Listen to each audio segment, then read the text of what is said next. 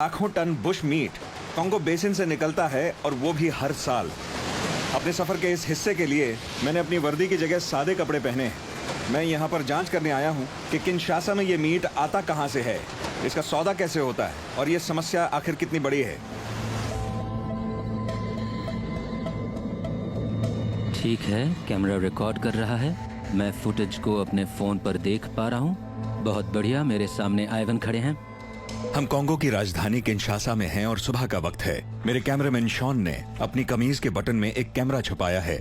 मुख्य मार्केट खुलने पर हम वहां जाएंगे और उम्मीद है कि पता लगा पाएंगे कि पोच किया हुआ मीट इस बड़े शहर में कैसे बेचा जाता है। सच कहूं तो इस काम में बहुत खतरा है। हमने वर्दियां भी नहीं पहनी है। ये लोग जानते हैं कि ये लोग गैर कानूनी काम कर रहे हैं। मैं बस उम्मीद कर सकता हूँ कि ये लोग हमारे इन कैमराज या तारों या इक्विपमेंट को ना देखें। ये वो जगह है जहाँ गैर कानूनी तौर पर बहुत पैसा इधर उधर होता है।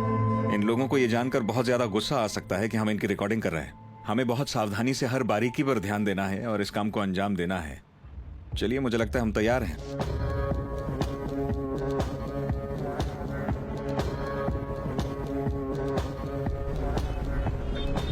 आप देख सकते हैं कि यहाँ मार्केट में कितनी चहल पहल है। अफ्रीका में इंसानों की आबादी बढ़ रही है, यानी खाने वाले लोग बढ़ रहे हैं और इस तरह के बाजारों में लोगों को अक्सर सस्ता मीट मिल जाता है। सस्ता इसीलिए क्योंकि वो गैर कानूनी है।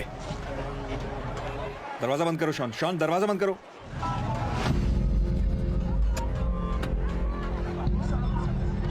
इस मार्केट में तो बहुत ही अफरा तफरी का माहौल है। काफी बदबू है। बड़ी बड़ी बोरियों में मीट भरा हुआ है।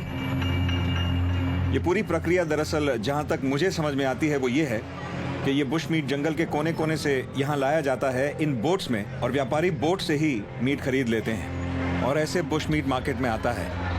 वो पहला दुकान वाला जिसके पास हम गए, उसके पास तरह तरह का मीट मौजूद है। ये कितने का है? और उसी मीट के जत्थे में वो भी था जिसका मुझे डर था, प्राइमेट्स। देखिए, ये बंदर का मीट है। इसे सुखा दिया गया है, खोपड़ी तोड़ दी गई है ताकि भेजा भी सूख जाए इसका। ये एक जंगली सुअर है। इसके लाल फर से पता लगता है कि एक रेड रिवर हॉग है और एक जिंदा कछुआ भी है यहाँ। बेचारा। मैं ये खरीद सकता हूँ? कितना? $100? $100। यहाँ बंदरों का काफी मीट है। $15 में। चलिए, शुक्रिया।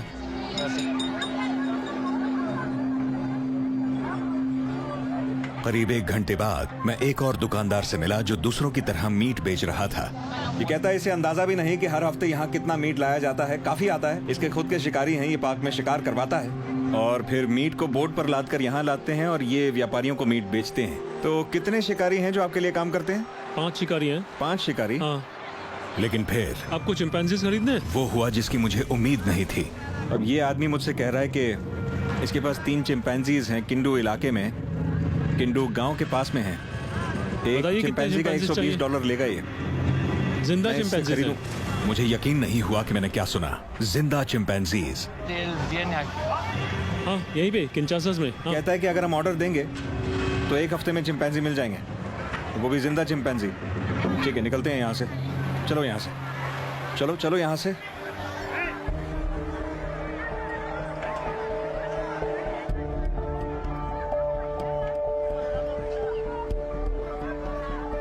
वैसे हमें यहाँ काफी बुशमीट मिला और समझ गए कि ये सिस्टम कैसे काम करता है, मगर सबसे बड़ी बात हमें ये पता लगी कि इस आदमी ने हमें 3 चिंपैंजी बेचने की कोशिश की जो किंडू गांव में मौजूद हैं।